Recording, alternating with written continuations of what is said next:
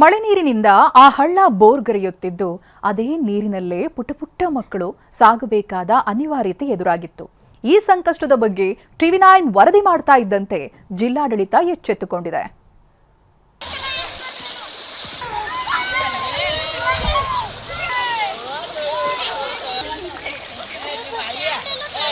ಬೋರ್ಗರೆಯೋ ಹಳ್ಳದಲ್ಲೇ ಸಂಚಾರ.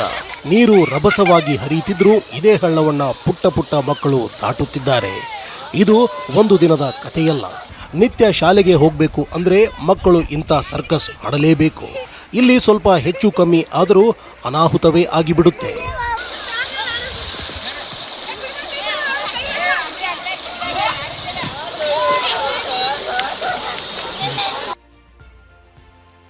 ಸೇತುವೆ ಇಲ್ಲದೆ ಸಂಕಷ್ಟ, ಬೋರ್ಗರೆಯೋ ಹಳ್ಳ ದಾಟುವ ಸಾಹಸ. ಟಿವಿ9 ವರದಿ ಬಳಿಕ ಎಚ್ಚೆತ್ತ ಅಧಿಕಾರಿಗಳು, ಸೇತುವೆ ಕಾರ್ಯ ಶುರು.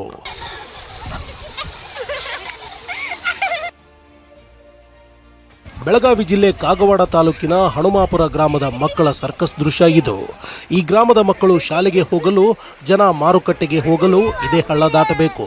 ಬೇಸಿಗೆಯಲ್ಲಾದರೆ ಹೇಗೋ ಹೋಗ್ತಾರೆ, ಆದರೆ ಮಳೆಗಾಲ ಬಂತಂದ್ರೆ ಸಂಕಷ್ಟ ಶುರುವಾಗುತ್ತೆ.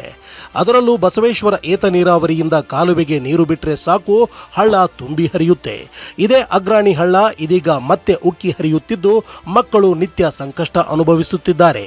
ಇಲ್ಲಿ ಸ್ವಲ್ಪ ಯಾಮಾರಿದ್ರೂ ಮಕ್ಕಳು ಹಳ್ಳದ ಪಾಲಾಗಿ ಬಿಡ್ತಾರೆ.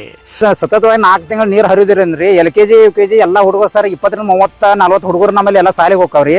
ಎಲ್ಲ ಜನಸಾಮಾನ್ಯರು ಊರಾಗ ರೇಷನ್ ತರಕ ಅದಕ್ಕ ಎಲ್ಲ ಚೊಕ್ಕ ಹೆಣ್ಮಕ್ಳಾಗ್ಲಿ ಯಾರಾಗ್ಲಿ ನೀರಿನಿಂದ ಆಯ್ಸಿ ಹೋಗ್ತಾರ್ರಿ. ಯಾವ್ದಾಗ್ಲಿ MLA ಆಗಲಿ ಯಾರಾಗ್ಲಿ ಈ ಕಡೆ ಯಾರು ಹಿಂತಿರುಗಿ ನೋಡ್ತಿಲ್ರಿ. PDO ಆಗಲಿ ರೀ, ತಾಲೂಕಾ ಪಂಚಾಯತ್ ಅಧಿಕಾರಿಗಳಿಗೆ ಆದ್ರೂ ಇದನ್ನ ಗಮನ ಹರಿಸಿದ್ರಿ. ನಿಮ್ಮದು ನೀವು ಮಾಡ್ಕೋರಿ, ಫಂಡ್ ಇಲ್ಲ ಅಂತ ಹೇಳ್ತಾರ್ರಿ.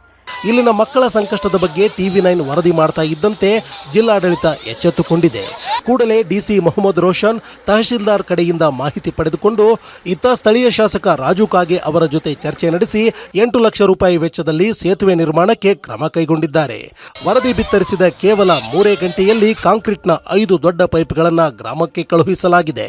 PRED ಮುಖಾಂತರ ಪಂಚಾಯತ್ ರಾಜ್ ಇಂಜಿನಿಯರಿಂಗ್ ಡಿವಿಷನ್ ಮುಖಾಂತರ ಶಾಸಕರ ನಿಧಿಯಿಂದ ಒಂದು 8 ಲಕ್ಷ ಅವರು ನಮಗೆ ಕೊಟ್ಟರು.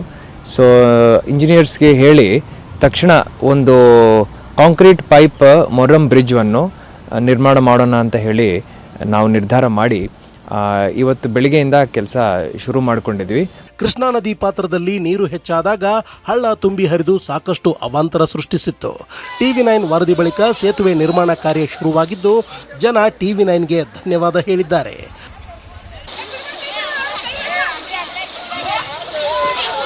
ಸಹದೇವ್ ಮಾನೆ, ಟಿವಿ9 ಬೆಳಗಾವಿ.